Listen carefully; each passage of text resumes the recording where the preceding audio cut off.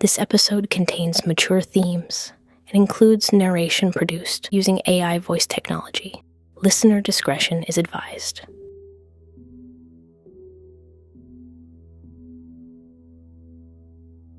A routine overnight flight left Kuala Lumpur, climbing into the dark sky with 239 people on board.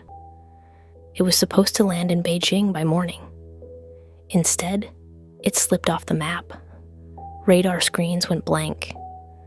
Radio silence stretched on, and the aircraft seemed to vanish into thin air. No distress call, no wreckage, just absence. Search crews scoured thousands of miles of ocean, but the plane was gone. Years later, the ocean keeps its silence, and we're still asking, what happened to Malaysia Airlines Flight 370?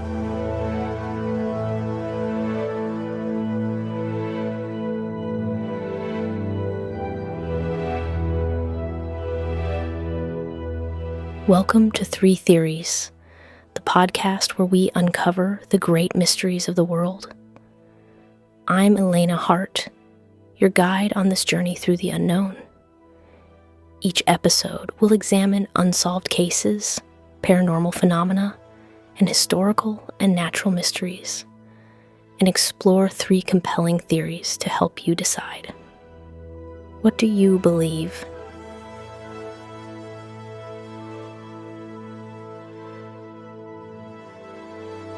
Just after midnight on March 8th, 2014, a Malaysia Airlines Boeing 777 prepared for its overnight journey from Kuala Lumpur to Beijing.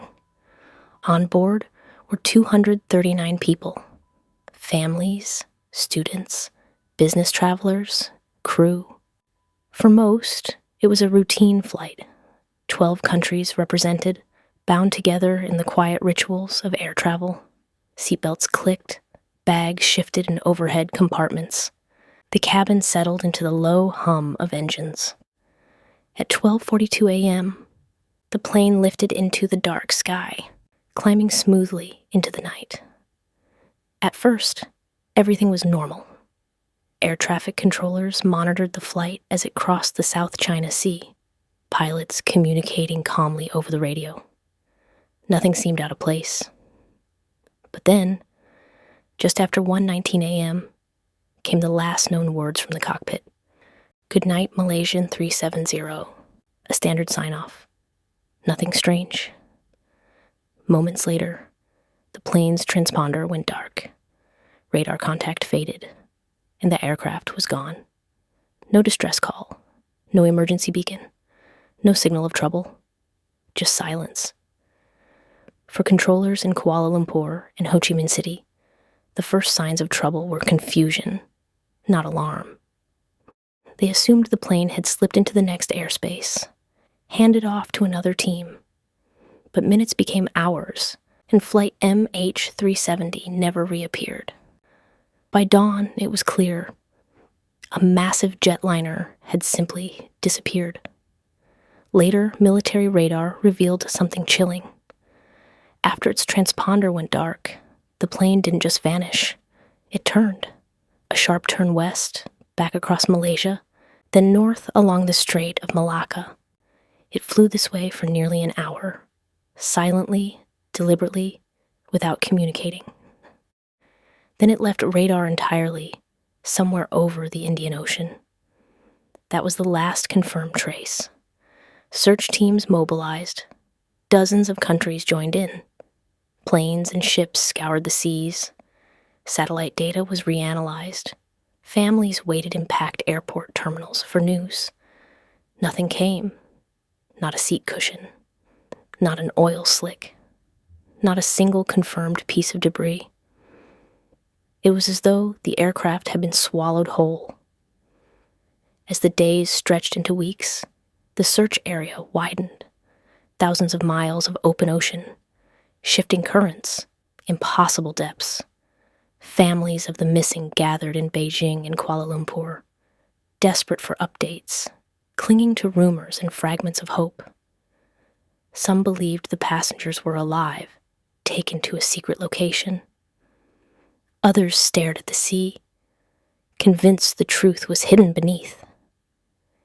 In their desperation, many began dialing their loved ones' phones, only to hear something chilling. The lines rang before cutting off, as if the phones were still active somewhere. Even more unsettling, some relatives claimed messaging apps like WeChat and Skype briefly showed their loved ones as online. Authorities dismissed it all as quirks of cell networks and cache signals, but for grieving families, it felt like a taunting echo, as if the missing were reaching back from the dark. Months later, wreckage finally began to wash ashore. A wing fragment, called a flaperon, appeared on Reunion Island, thousands of miles from the original search site. Later, other pieces surfaced along the coasts of Africa and Madagascar, but the remains were scarce, battered by waves and time. They offered no clear answers. Even stranger was what investigators uncovered in the data. Satellite handshakes suggested the plane flew for hours after it vanished from radar, cruising silently into the most remote parts of the Indian Ocean. But why? Who was flying it? And what happened on board during those 7 lost hours? The lack of answers gave rise to theories both rational and chilling.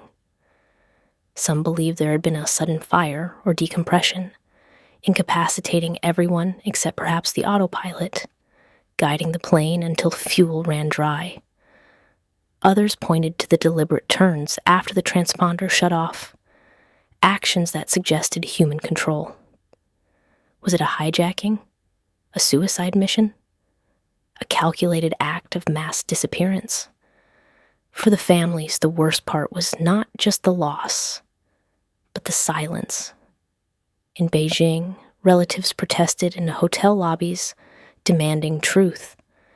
In Malaysia, parents and spouses begged for information, accusing officials of lies and cover-ups. Each press conference was filled with grief, anger, and confusion.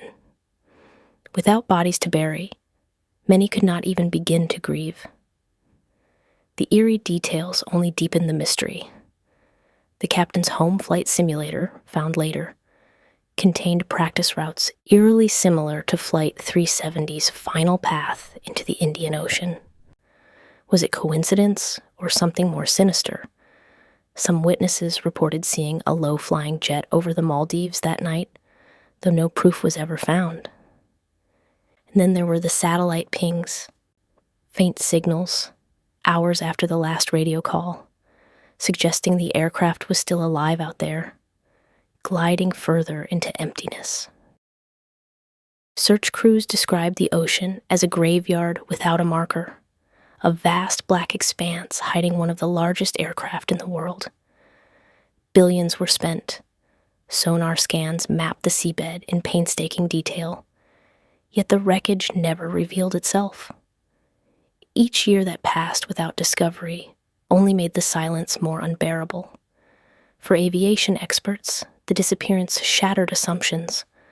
Modern planes are equipped with tracking systems, satellite communications, emergency beacons. Yet MH370 proved it was possible for an aircraft to simply vanish. That realization alone was terrifying. If it could happen once, it could happen again. For the public, the horror was something deeper. The idea of hundreds of lives swallowed without a trace, families left with nothing but questions, and a plane lost to a void that seemed almost intentional. In the end, the official investigation could only conclude one thing. Flight MH370 ended in the Indian Ocean. How it got there, why it turned, what happened to those on board. Those answers remain locked away beneath miles of water, in a place where human eyes may never see.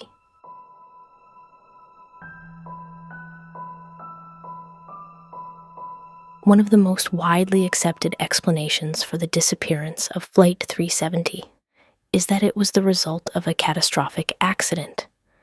To investigators, the simplest answer has always been that some combination of technical failure and human error sent the Boeing 777 into the sea. There is evidence that supports this. Satellite data shows the plane continued flying for hours after it vanished from radar, arcing southward into one of the most remote stretches of the Indian Ocean. Aviation experts believe this could mean the crew and passengers were incapacitated early on, leaving the jet to travel on the autopilot until its fuel ran dry. A sudden decompression, for example, could have flooded the cabin with thin air. Hypoxia, oxygen deprivation, would set in quickly. Passengers might feel only confusion, disorientation, or a heavy sleep. Within minutes, they would lose consciousness. Even the pilots, if their oxygen masks failed or were not secured in time, would be overcome. The idea is terrifying in its quietness. A plane full of people, unconscious or already gone, gliding for hours through the darkness while computers guided it along an invisible path. No one to send a distress call, no one to take control, no one to stop the inevitable. When the fuel finally burned away, the engines would sputter and fail. The nose would tilt downward, and in the emptiness of the southern Indian Ocean, the jet would fall, vanishing beneath miles of black water. Pieces of evidence lend weight to this scenario. Some wreckage that washed ashore showed signs consistent with a flaps-up ditching, an uncontrolled crash rather than a deliberate landing. The ocean floor in that region is among the most hostile on Earth, with trenches deeper than Mount Everest is tall.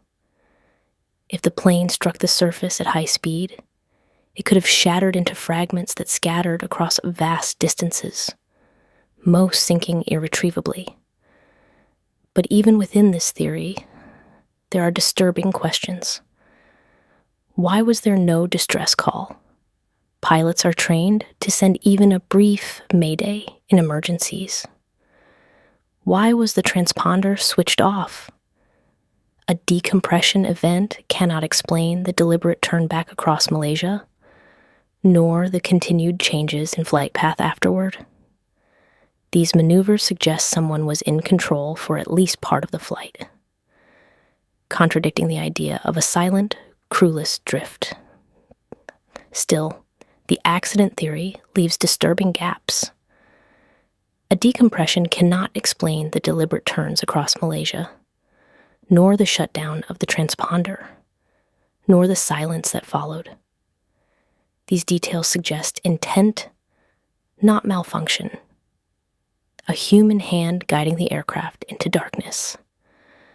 And if someone was in control, the tragedy of an accident gives way to something far more unsettling: deliberate disappearance.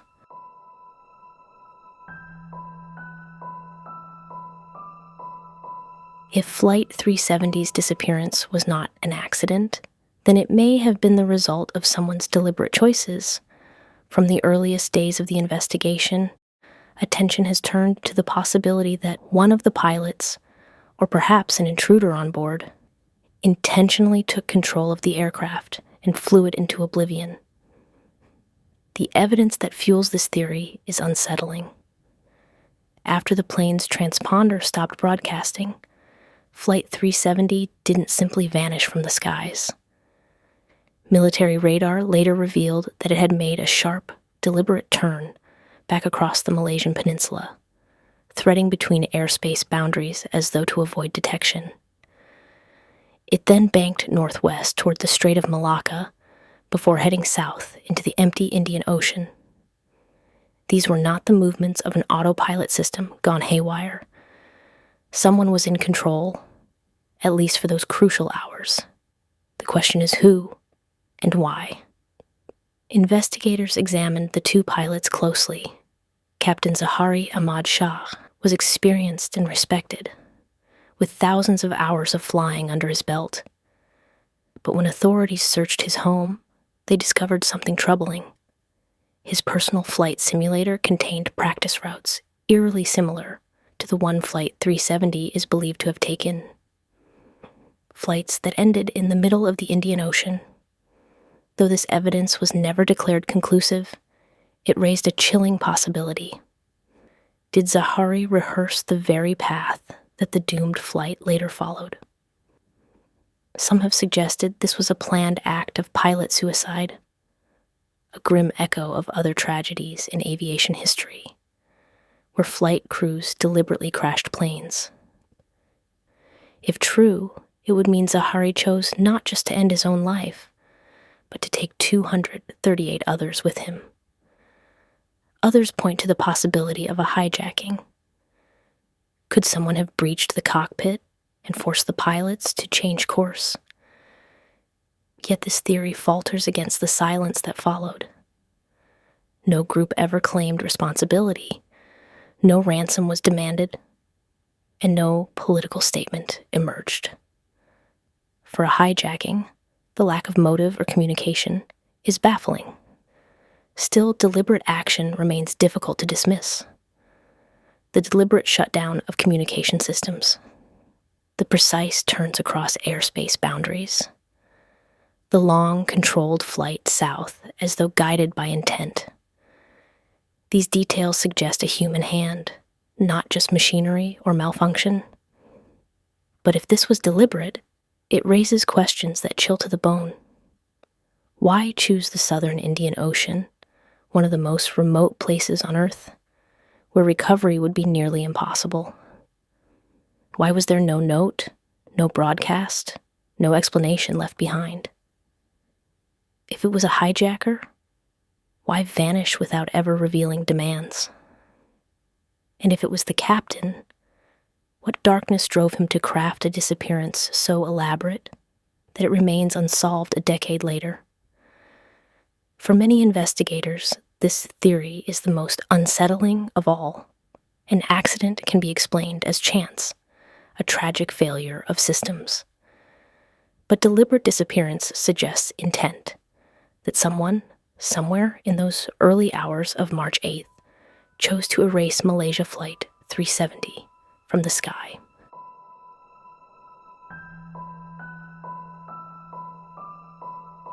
For some, the most disturbing explanation for Flight 370's disappearance is that it was not an accident and not just the choice of one individual, but something much larger, darker, and orchestrated.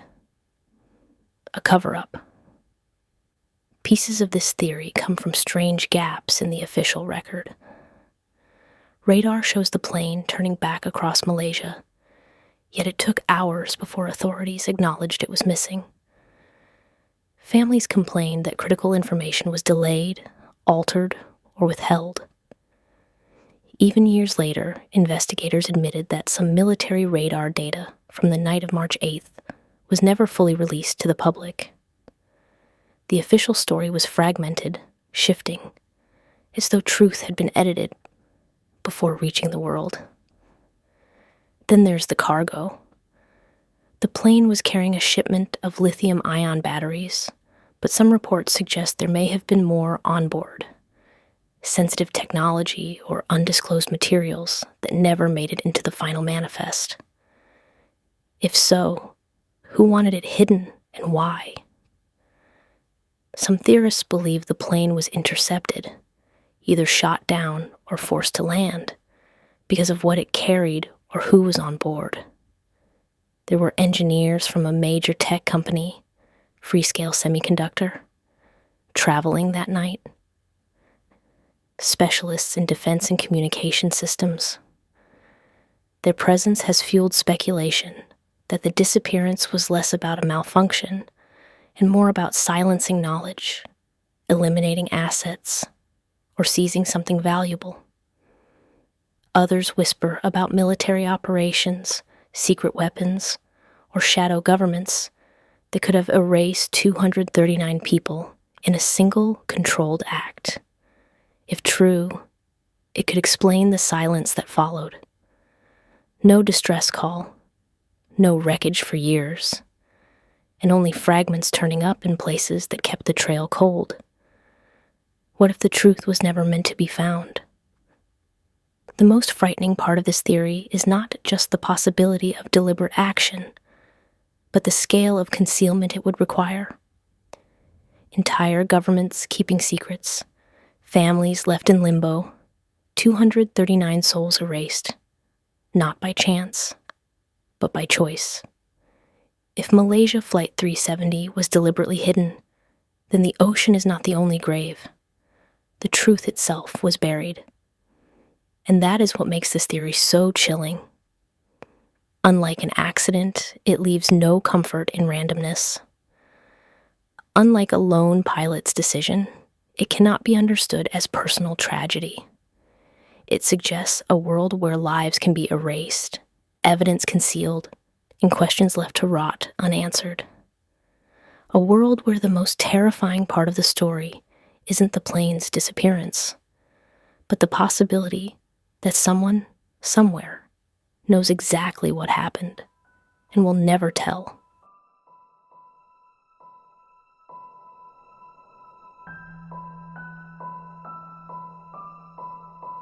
The disappearance of Malaysia Flight 370 remains one of the most haunting mysteries of the modern age. A jumbo jet carrying 239 people vanished into the night sky and left behind little more than fragments and questions. Investigators, families, and the world are still waiting for answers. Was this a tragic accident, a sudden decompression, or technical failure that left passengers unconscious as the plane drifted silently to its end in the Indian Ocean? Or was it deliberate? A pilot's final, calculated act? Or perhaps an intruder guiding the jet on a course into oblivion? Or is the truth even darker, that Flight 370 was made to disappear, its fate hidden by forces determined to keep it secret? What do you believe? We want to hear your thoughts and theories. Share them with us on social media and join the conversation. If you enjoyed this episode, please subscribe, rate, and leave a review. Your support helps us reach more curious minds like yours and continue to explore the world's greatest mysteries. Join us next time as we uncover another intriguing case and present 3 more theories for you to consider. Until then, keep questioning, keep exploring, and remember, sometimes truth is stranger than fiction.